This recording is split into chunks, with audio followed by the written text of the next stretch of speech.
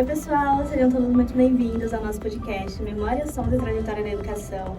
Bom, nós sabemos, né, que na educação tem várias áreas, né, vários profissionais que atuam nessa área e o mais importante deles, um dos mais importantes, são os professores. E hoje por isso nós estamos aqui com os professores Karina e Cláudio, né, professores aqui da PEI Vicente Leporassi. E nós gostaríamos que eles contassem um pouco para a gente da história deles, como tudo começou na carreira profissional deles. Pode começar, por favor, Karina. Olá, boa tarde. Com bastante satisfação que estamos aqui hoje, né, nesse podcast. Então vamos lá, as respostas. Comecei muito nova na trajetória da educação, lá nos meus 16 anos, já iniciando no magistério, tá? Então meu ensino médio já foi na área da educação. Em seguida, ingressei na Faculdade de Letras da Universidade de Santo Amaro, na Unisa, Letras, Língua Portuguesa e Inglesa, e logo após eu me especializei na arte e em seguida em pedagogia. Então tudo começou muito cedo, é uma profissão que eu sempre quis exercer. Bom, eu na adolescência já dava aula para os alunos que tinham dificuldade, né? Principalmente na área de química, né? Na disciplina de química.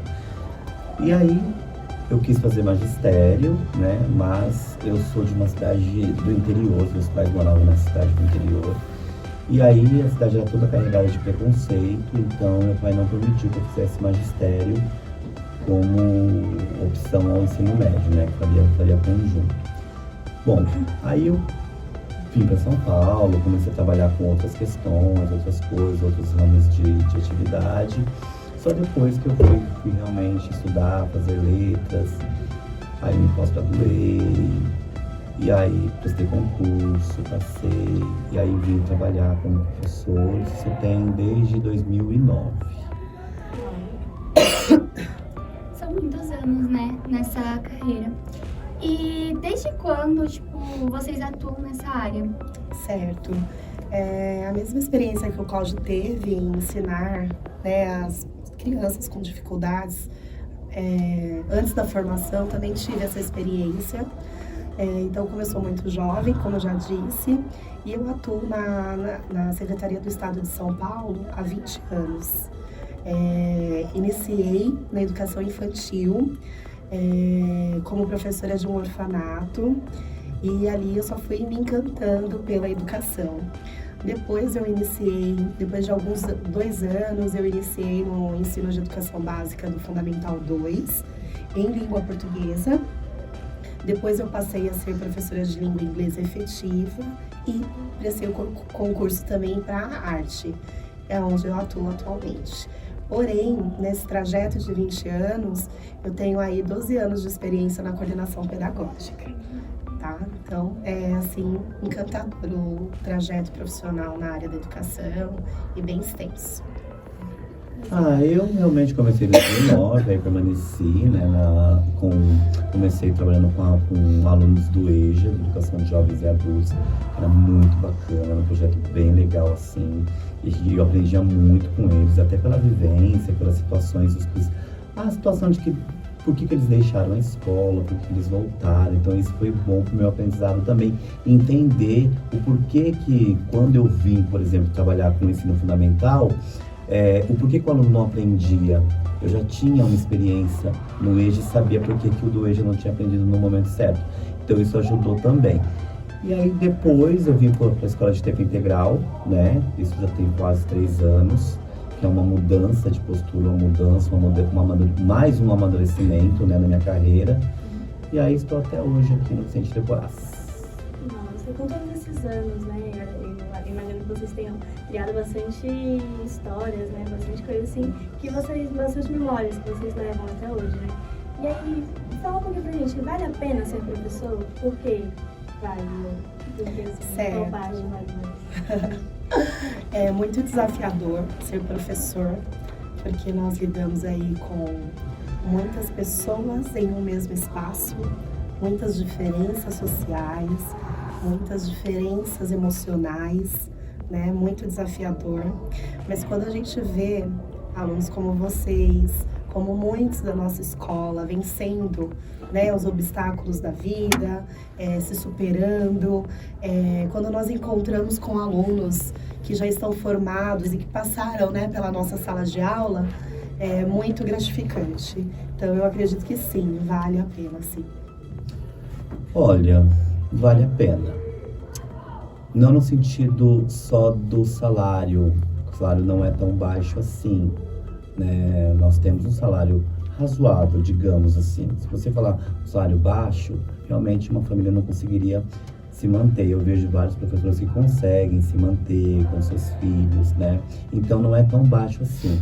Poderia ser um pouco mais? Poderia. Né? A gente precisa um pouco da valorização também. Mas eu nunca pensei no salário, desde quando eu vim ser professor. Eu não pensava no salário porque eu já sabia que era baixo. Eu me encantei realmente por alguns alunos, assim. É legal, é bacana você ter o apoio, né, dos seus alunos. Até nos momentos felizes, nos momentos tristes, você saber que você pode chegar na sala de aula e o seu aluno vai te entender. Eu acho que é isso que me motiva a levantar e vir trabalhar. Então, o contato com o aluno é muito bom. Mas também pode ser ruim, né? Já vi casos de amigos meus, até momentos também que eu passei, que eu tive que contornar para não ser ruim para mim nem para o aluno, né? Mas, se alguém me perguntar hoje se vale a pena, a minha resposta é sim. Bom, com tudo isso, nessa trajetória muito bonita, muito bela que vocês acabaram de falar, eu queria saber, assim, por que vocês escolheram essa profissão? Tipo, ser professor, e tem muitas professoras que acabam falando que aprendem mais com os alunos do que ensinam. Isso seria, tipo, algo verdadeiro, assim, nesse sentido? Sim. Eu aprendo muito com meus alunos, mas eu ainda acho que eu ainda ensino mais. Mas eu aprendo outras coisas que talvez eu não né? Sim, e é um momento também, né? Eu tô numa faixa etária da minha vida e o aluno está em outra, né? Então, assim, claro que eu vou aprender uma série de coisas com eles, né? E aprendo, mas dentro da sala de aula, a gente precisa visar, né? Não pode só ficar só na aprendizagem de vida, né? A gente tem que contemplar tudo dentro de uma sala de aula, e às vezes é uma aula só, né? Então imagine você ter que ouvir o aluno, conversar com o aluno, brincar e ainda dar aula ao mesmo tempo, né? E ele tem que aprender, né? E você tem que fazer chamada, explicar teoria. Então, eu acho que eu aprendo muito com eles, mas realmente eu acho que eu ensino mais do que eu aprendo. E você, professora Karina? Eu concordo com o Cláudio plenamente. Plenamente. A gente ensina muito, a gente se especializa muito, a gente busca muito para chegar na aula e conseguir acrescentar muito na vida de vocês, né? Então, essa bagagem que nós trazemos, com certeza ela é muito maior do que a que o aluno traz. Justamente para ter esse acréscimo, acrescentar na vida desse aluno, encantar também, né? Porque ensinar não é apenas só transmitir o conhecimento, é encantar os olhos de vocês, né? E isso na arte, a gente, por ser formada nas duas disciplinas, letras e arte, e ter optado em permanecer nas disciplinas de arte, né, justamente por essa questão, o encantamento que nós fazemos a cada dia, em cada aula, em cada momento dos nossos alunos pela nossa disciplina. Então, com certeza a gente acaba ensinando muito mais, mas aprendendo também, e é muito gratificante. Que bom. Falando agora sobre mais referente à sala de aula, né? Quais são as suas expectativas sobre os alunos, tipo, dependendo de cada sala? Quando vocês olham, assim, que os alunos, vocês têm uma visão já, tipo, nossa, se o aluno é mais desempenhado, né? Mas, tipo, ele evolui mais na sua aula, você cria mais uma expectativa sobre aquele aluno, ou, tipo, as expectativas sobre todos os alunos são iguais? Pergunta difícil. Boa pergunta. Bom, eu crio a mesma expectativa sobre todos os alunos. O meu olhar, ele é único. Mas eu sei, eu consigo hoje entender o aluno que avança mais. Eu tenho alunos que avançam mais, né? Então, assim, mas a minha expectativa é a única, porque assim, eu também sou fruto, né? Alguém um dia acreditou em mim também, né? E achou que eu poderia dar certo, né? Então, assim, por isso que eu sempre falo, eu sempre dou minhas aulas pautadas nessa questão do que vai ser, do que você vai ser quando você realmente sair daqui, né? Olha, você errou minha prova hoje. Eu sempre dou esses exemplos. Você errou a prova, você não atingiu a nota. Tudo bem. Ok, aqui você tá aqui comigo, você vai errar e eu vou te ensinar a acertar. Mas e lá fora, quando você terminar? Será que você vai ter essa chance? Então, quanto mais você se preparar aqui dentro, quanto melhor você estiver, mais competitivo você vai ser. Então, eu pego muito no pé nessa questão relacionada a essa característica. Eu não fui bem, eu não tenho muitas expectativas, mas eu tenho que criar isso dentro de mim. É isso que a gente tem que trabalhar dentro da Escola de Tempo Integral. É interessante isso que o professor Cláudio disse, e eu quero complementar, né? Se ele assim me permitir. Com certeza.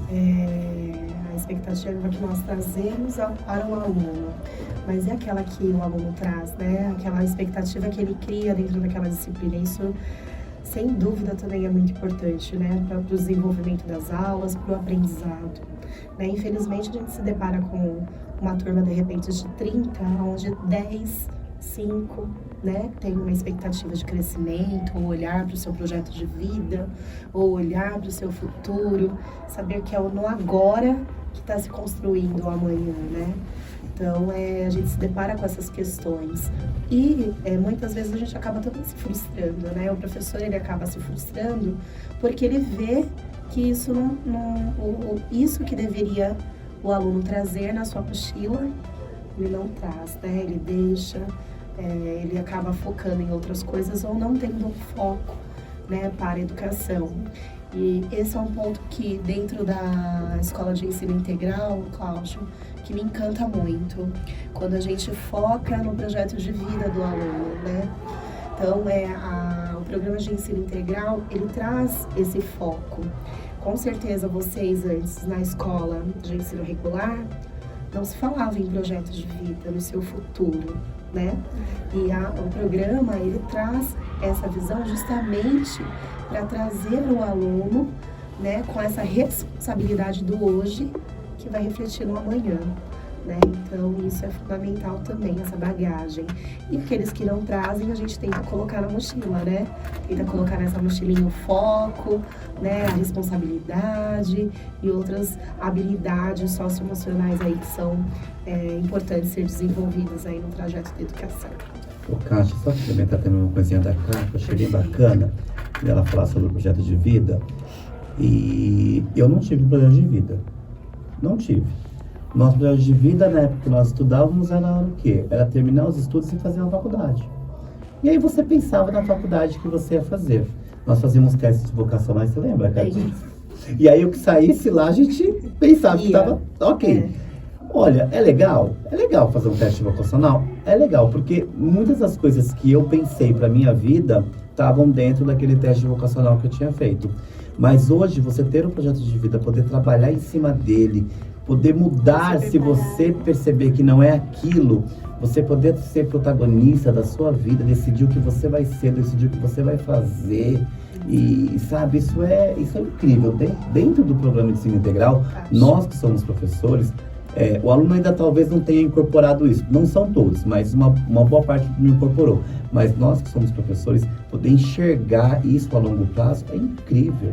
Você poder trabalhar, estudar aquilo que você vai querer para sua vida. Pô, se eu quero ser uma enfermeira, o que eu tenho que dominar? Eu tenho que dominar as situações ligadas à biologia, matemática. Não que eu preciso desprezar as outras, mas eu sei que vão ser disciplinas que vão puxar mais para esse caminho. Pô, eu quero fazer jornalismo. Eu vou focar onde? As humanas, linguagens e códigos, né, cara? Isso. Eu quero ser dançarina. Onde eu vou focar mais? Então, o P, ele traz essa integração, ele traz essa bagagem que a Ká diz de colocar na mochila, que eu achei incrível essa situação aí. Então, assim, eu acho muito bacana. Eu queria ter tido um pensamento. Eu queria que professores pensassem em mim como a gente pensa em vocês. Isso é muito legal, né? E é legal quando a gente vê a transição, né, do aluno que iniciou aí no programa, o início dele e no final do ano, né? No início, muitos sem um projeto de vida, né? Sem uma definição. A gente até tabula, né, esses sonhos, no varal dos sonhos. Então, aquele aluno que não tinha definido o seu projeto de vida, não sei o que eu quero, né? Não vi importância. E chegando no meio do semestre ou no semestre seguinte, já com o seu projeto de vida definido, é isso que eu quero, né? Agora eu sei que eu tenho que pensar no meu futuro, que é importante hoje, a escola, porque uma situação, ela leva a outra, né? E aí, puxando um pouquinho lá para a nossa eletiva, né, quando a gente pensa em fazer, em elaborar a eletiva, o professor é também mostrar esse encantamento pela profissão, por aquilo que o aluno ele vai seguir lá, né? Então, por exemplo, a nossa eletiva desse semestre, ela tem muito a ver com assistência social, com a área de psicologia, com a área de humanas. E aí, dentro do Varal dos Sonhos, tinham muitos alunos, né, com esse olhar. E o que vamos fazer, né? O que vamos fazer? Vamos pensar, vamos ver, pensa, e aí a gente acaba encontrando um caminho, né, cara? Sim. E é isso que a gente quer que o aluno faça, encontre o seu caminho. Essa é a ideia. Até mesmo se ele ver que não é aquilo que ele queria. Não. Acho que Pelo menos ele tentou, eu fui, mas não é isso. É tão bom no processo eu saber aquilo que está adequado com as minhas habilidades, estão adequadas com as minhas habilidades e aquilo que está fora, né? Eu saber das minhas potencialidades e das fragilidades. Então, é isso. E uma coisa que eu acho interessante, só também complementando da cá, poder mudar. Você ser autônomo o suficiente para poder mudar aquilo que você precisa ali naquele momento. Uma outra pergunta como vocês motivam os alunos de vocês? Bom, como eu falei um pouquinho antes, né, eu uso a palavra encantamento, né? Então, se nós não estivermos encantados por aquilo que fizermos ou produzirmos, não vai acontecer, né?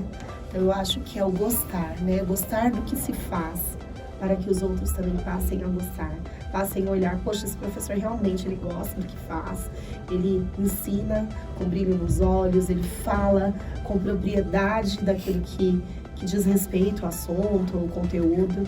Eu acho que começa tudo por nós mesmos, professores, né? Então, é gostar daquilo que nós estamos ali para fazer, né? A proposta de ensinar.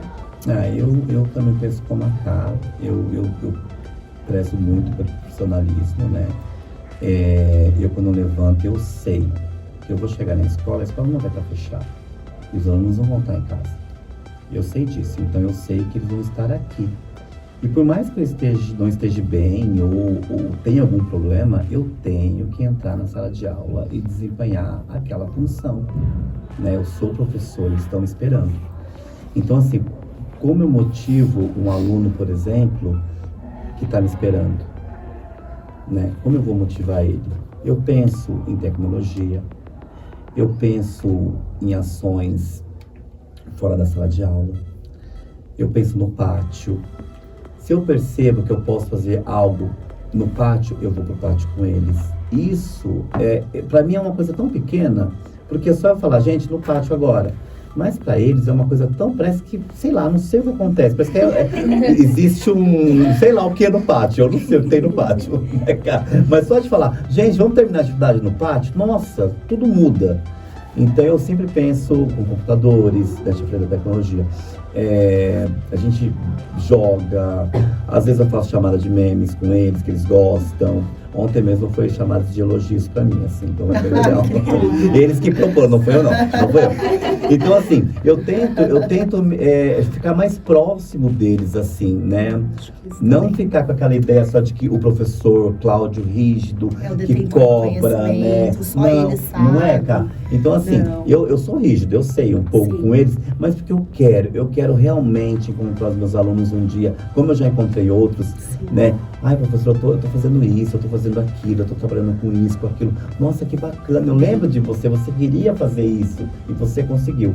Então, eu tento motivar o meu aluno para quê? Para o futuro. Porque o futuro é dele.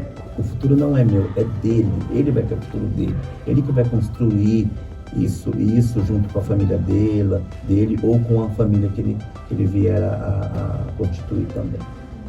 Sobre o PAT, né, como eu tinha falado, é realmente o diferencial das aulas, né? Porque às vezes a gente está na correria, né? Aí passa uma aula, vai para outra sala, e aí o professor fala, vamos pro pátio, parece que é outra coisa, sabe? A atividade vai ser diferente, é algo mais dinâmico. Não fica aquela coisa chata pra você sentar e ouvir só o professor falar, copiar e aprender. É uma aula mais dinâmica, sabe? Você sabe, Laura, que você me faz lembrar agora desse trimestre, das aulas de arte que nós estamos tendo. Ela está sempre com foco no projeto de dança, né? O campeonato de dança que está sendo promovido na nossa escola. E os grupos na sala estão divididos, né? Um grupo de dança, o outro que prepara o cenário, figurino. E eu vejo que hoje os alunos precisavam disso, dessa movimentação, desse engajamento, onde eles desenvolvem o protagonismo. Então, o grupo que quer dançar, sair da sala, ir se ensaiar, e quando eu vejo lá da minha porta, porque eles ficam próximos, ou quando eu estou na sala próxima ao anfiteatro, para eu realmente estar próximo, olhando, podendo auxiliá-los, né? E eu vejo o quanto essas atividades diferenciadas, né, o uso dessas metodologias diferentes, fazem com que vocês se engajem mais, com que vocês se façam parte, né, da construção desse processo de aprendizagem. Porque, de fato, nós, professores, estamos ali, gosto de usar novamente essa palavra, encantando vocês para esse aprendizado. E, com certeza, quando eu trago um texto, eu leio, eu dou uma aula teórica, a aprendizagem ela acontece muito mais superficial, mas quando vocês colocam a mão na massa, vão lá, se integram, produzem. Você percebe isso também, Cláudio? Percebo. Eles aprendem muito mais. Às vezes eu tô passando pelo pátio, e até né? a questão disciplinar, é outra. Às vezes eu tô passando pelo pátio e eu sei que a Cá tá na sala dela, né? Os alunos estão ensaiando no pátio. Aí eu paro, eu danço com eles. Eu não sei dançar, mas eu danço. E isso é tão legal, porque eles ficam felizes, eles ficam motivados. Então, isso também é uma forma de motivar os alunos, saber que você também é parecido com eles, é próximo deles, né? Exato. Quando vocês, professores, fazem atividades mais dinâmicas com a gente, assim como a professora Karina falou, sim, a gente consegue aprender muito mais. A gente abre os nossos olhos para algo além dali só do caderno, do livro, da lousa. Às vezes aprende até mais. Exatamente. A gente consegue abrir nossos olhos. Ai, que legal. Então é algo muito bom. E isso motiva muito a gente. No caso, é um aprendizado melhor. Que bom. Bom, foi isso então, gente. Gostaria de agradecer ao professor Cláudio, à professora Karina. Muito obrigada por terem vindo aqui, né, compartilhar suas experiências com a gente. Muito obrigada. Muito obrigada a todos que assistiram também. Obrigada. É isso, até o próximo podcast. Eu que agradeço. Obrigado, tchau, gente. Até a próxima.